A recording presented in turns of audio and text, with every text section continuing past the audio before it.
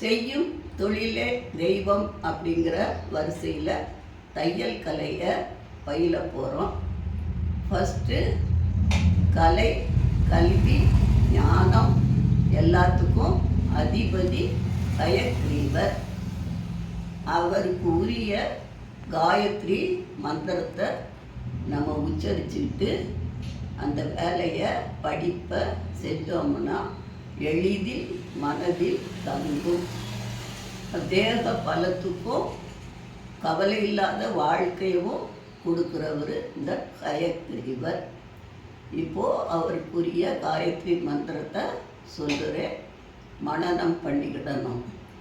ஞானானந்தம் மயம் தேவம் நிர்மல ஸ்படிகாகிருதி ஆதாரம் சர்வ வித்யானா ஹயக்ரீவர் உபாஸ்மகே. வணக்கம் நேயர்களே. இன்று துணியை பற்றி தெரிந்து கொள்ள போகிறோம். இப்போது இந்த கடையில் வாங்கியிருக்கோம் துணி, இப்படி போடுறோம். துணியில் அங்கே ஒன்று இங்கே ஒன்று 3 4 பக்கம் இருக்குது. 4 பக்கத்தில் 2 பக்கத்தில் நூல் பிரியாமல் இருக்கும். அதற்கு கரை, இங்கிலீஷில் செல்வர்ட்ஸ் அப்படின்னு சொல்லுறோம். நூல் பிடிச்சு இழுத்தா வராது. இது கரைப்பகுதியில் நெசவு நெருக்கமாக நெய்யப்பட்டு இருக்கும். துணியை நல்ல பக்கம் எது அப்படின்னு கண்டுபிடிக்கணும்னா அந்த கரைப்பகுதியில் கூர்மையாக கவனித்தோம்னா கொஞ்சம் டார்க்காக இருக்கும், லைட்டாக இருக்கும். அதை வச்சு நல்ல பக்கத்தை கண்டுபிடிக்கலாம். அப்புறம் துணியோட நீளத்தையும் இந்த கரையை வச்சு தான் கண்டுபிடிக்க முடியும். இப்போ 10 சென்டிமீட்டர் கடையில் போய் கேட்டோம்னா அளவு நாடாக இங்கேருந்து வட்டியை வச்சு கரையில் தான் வைப்பாங்க. இங்கேருந்து 10 சென்டிமீட்டர் வச்சுட்டு அப்படியே குறுக்க அப்படி வெட்டுவோம். 20 சென்டிமீட்டர் கேட்டால் கரைப்பகுதியில் தான் நீளத்தை அளக்குறோம். 20, 30 கரைப்பகுதி நீளத்தை குறிக்குது. அப்போது ஒரு கரையிலிருந்து மறு கரை வரைக்கும் உள்ள அது அகலம். இது நீளம், அது அகலம். அதை வீதி அப்படின்னு சொல்லுறோம். பொதுவாக துணியோட வீதி 90 சென்டிமீட்டர் இருக்கும். இது லைனிங் துணிங்கிறதுனால கொஞ்சம் கம்மியாக இருக்குது. இது சேலை பாப்பின் இதெல்லாம் எடுத்தோம்னா ஒரு 110, 120 காஞ்சிபுரம் பட்டெல்லாம் எடுத்தால் 120, 130 கூட இருக்கும். சரி, இப்போது நம்ம வெட்டணும். முதல்ல நல்ல பக்கத்தை தீர்மானிக்கணும்.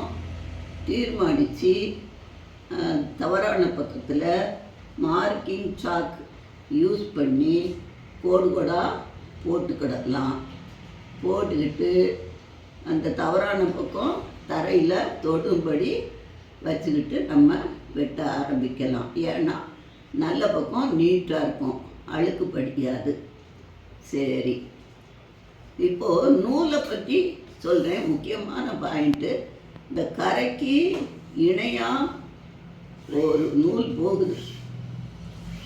கரைக்கு இணையாக ஒரு விதமான நூல் போகுது. அந்த நூலுக்கு நேர் நூல் அப்படின்னு பேர். ஆங்கிலத்தில் வார்ப்பு அப்படின்னும் பாவு நூல் அப்படின்னும் சொல்லுவோம். அந்த நேர்நூல் பக்கமாக இப்படி இழுத்து பார்த்தோன்னா கின்னு கின்னுன்னு கேட்கும். அப்படி ஸ்ட்ராங்காக இருக்கும். நேர்நூல் ஸ்ட்ராங்காக இருக்கும். அதே சமயம் ஊடை இப்படி இழுங்க கின்னு கேட்காது, இந்த ஜவ்வு மாதிரி இருக்கும். அப்போது கரையிலேருந்து ஊடை அகலத்தில் இழுத்தோம்னா துளியூண்டு விரியக்கூடிய எலாஸ்டிக் பவர் இருக்குது. நேர்நூலுக்கு அந்த பவர் கிடையாது, விரியாது, கின்னுன்னு கேட்கும். அந்த குறுக்கு நூலுக்கு கொஞ்சம் விரியக்கூடிய பவர் இருக்குது. எதுக்காக நம்ம இதை இத்தனை சொல்கிறோம் அப்படின்னா, எந்த ஒரு உடை தைக்கணும்னாலும் நேர்நூல் இப்படி உயரத்துக்கு வரணும். இப்போ நான் சட்டை தைக்கிறேன் அப்படின்னா இது நேர்நூல் இப்படி உயரத்துக்கு வரணும். பாவாடை தைக்கிறோம் அப்படின்னா நேர் நூல் உயரத்துக்கும், பேண்ட் தைக்கிறோம் அப்படின்னாலும் நேர் நூல் உயரத்துக்கும். எந்த ஒரு உடையிலையும் உயரத்துக்கு நேர் நூல் வரும்படி பார்த்து வெட்டணும். ஏன் மிஸ் மாற்றி இப்படி வெட்டினா என்ன அப்படின்னா, அதில் தைக்கப்படுற மடிப்பு, இணைப்பு, டாட்டு, டக்கு இப்படி என்னென்ன இருக்கோ எதுவுமே நல்ல அமைப்பாக வராது. அதனால் வெட்டும் பொழுது உடையின் உயரத்துக்கு நேர்நூல் வரும்படி பார்த்து வெட்ட வேண்டும். முக்கியமான பாயிண்ட். இப்போ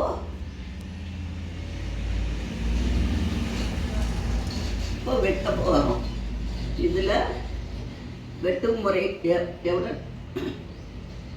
வெட்டும் விதம் சொல்கிறேன்.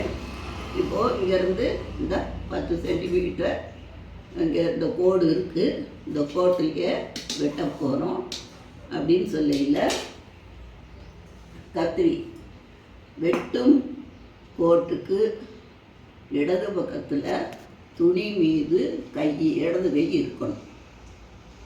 எக்காரணம் கொண்டும் துணியை இப்படி மேலே தூக்கி பிடிச்சி வெட்டக்கூடாது.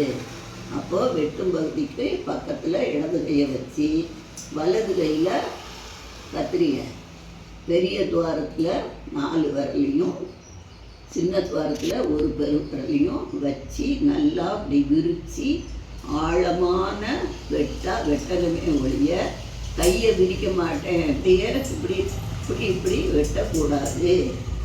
இது முடி வெட்டுறவங்க தான் இப்படி நுனியை வச்சு வெட்டுவாங்க. அதனால் அது தவறான மெத்தடு. அப்போது இப்படி கையை வச்சுட்டு கத்திரியை நல்லா விரித்து இதோ ஒரு வெட்டு, அப்புறம் விரிக்கணும்.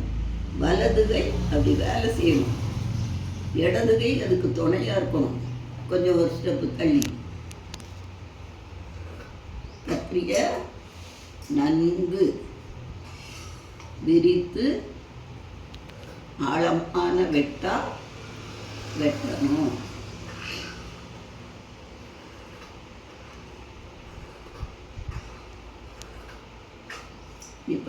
நிப்பாட்டிப்போ